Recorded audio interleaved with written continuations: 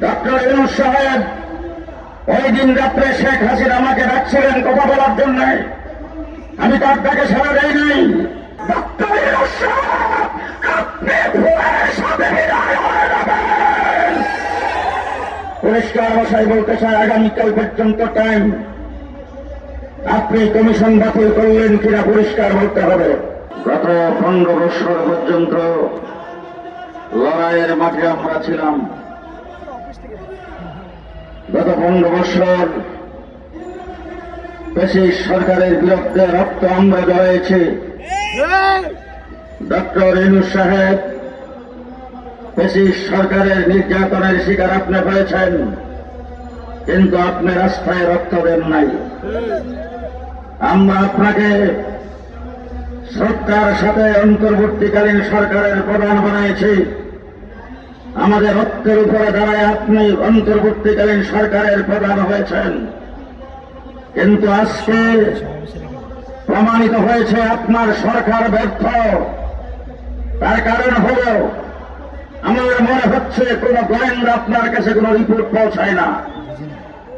গত 2013 সালের 4 তারিখ দিবাগত রাত্রে ডিজিএফআই, এনএসআই সহ পুলিশ, আর্মি আমার সঙ্গে বৈঠকে বসেছিলেন। সেই বৈঠকে তারা বলেছিলেন আগামীকাল 70 থেকে 75 লক্ষ মানুষ আপনাদের সমাবেশে আগমন করবে।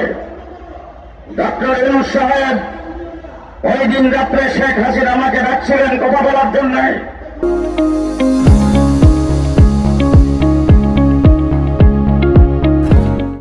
আমি তার ডাকে সাড়া দেই নাই। কিন্তু আজকে আমার মনে হয় গোয়েন্দা আপনার কাছে রিপোর্ট পৌঁছাই নাই। আগামীকাল শনিবার ঢাকা হেফাজতের ডাকে আচরণ হয়ে যাবে। ডক্টর ইউনূস সাহেব 15 বছর পর্যন্ত বেশিরভাগ বাংলাদেশে তিনি ভোটের হাতে বলে 157 আসন বিরাট প্রতিদ্বন্দ্বিতা হয়ে সরকারে বসে থেকেছিলেন। তাদেরকে সরাইতে পারবে এমন কথা তারা কোনদিন ভাবত না, কিন্তু অন্তের ভিতরে হাসিনা বিদায় হয়েছে। পাক করা ভাত খেয়ে যেতে পারে নাই, নেতা কর্মীদের কারোর সাথে কোনো সলা পরামর্শ করতে পারে নাই, কাউকে কিছু বলে যাইতে পারে নাই। ডক্টর ইউনূস সাহেব, আপনি ভুলের সাথে বিদায় হয়ে যাবেন। পরিষ্কার ভাষায় বলতে চাই, আগামীকাল পর্যন্ত টাইম। আপনি কমিশন বাতিল করলেন কিনা পরিষ্কার বলতে হবে। আগামীকাল পর্যন্ত আপনি কমিশনের রিপোর্ট প্রত্যাখ্যান করেছেন কিনা বলতে হবে। নতুন হাজারে রাখবেন, দেশ অচল করে দেওয়া হবে, আগুন জ্বালায় দেওয়া হবে। তার কারণ একটি, সেই কারণ হল আমরা ইসলাম নিয়ে দেশে বেঁচে থাকতে চাই। কথা আসতে বলবেন না। ইসলাম থাকলে আমরা থাকব। ইসলাম বিরোধী কোনো কিছু বাংলাদেশে বাস্তবায়ন হবে, আমরা থাকতে হবে না। আমাদের লাশের উপর দিয়ে হইতে হবে। সংগ্রামী সাথে বলুন, শেষ কথা আপনাদের সঙ্গে বলে যাচ্ছি। আজকে অনেকে প্রশ্ন করেন দেশের ক্ষতি হবে, বর্তমান সময় আন্দোলন করা উচিত নয়। আমরা পরিষ্কার ভাষায় বলছি, দেশ থাকবে যদি ইসলাম থাকে। ইসলাম ছাড়া অন্য কোনো দেশ আমরা বাংলাদেশ চাই না।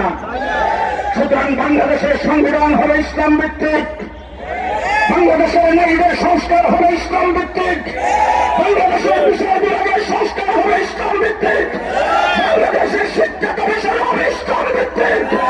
ইসলামের বাইরে কোন কিছু বাংলাদেশের জয়ী করতে চাবে তাকে পিটায় তক্তা বানায় দেওয়া হবে।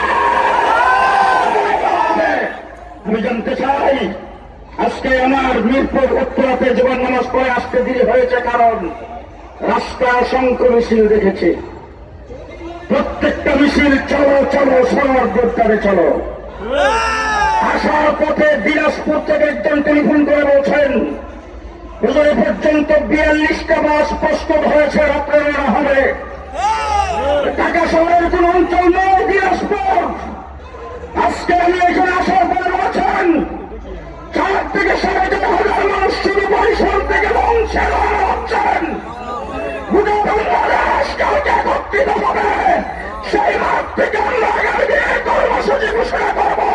কর্মসূচি মুখে আসার আগে ডক্টর ইউনূস সাহেব আপনার প্রশ্ন চাই, জাতিকে নিয়ে কি ভাবছেন আপনি পরিষ্কার জাতির সামনে পরিষ্কার করতে হবে।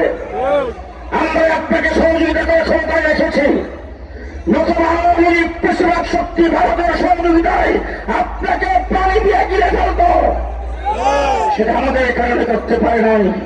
আজকে আপনার নারী কমিশন যাদেরকে আপনি দায়িত্ব দিয়েছেন তারা বাংলাদেশের মুসলিম নারীদের প্রতিনিধিত্ব করে না, তারা পেশারের কন্ট্রাক্টর, তারা তসলিম নাসরিনের ফোটানো বাচ্চা। সুতরাং তসলিম বাংলাদেশে থাকতে পারে, তারাও থাকতে পারে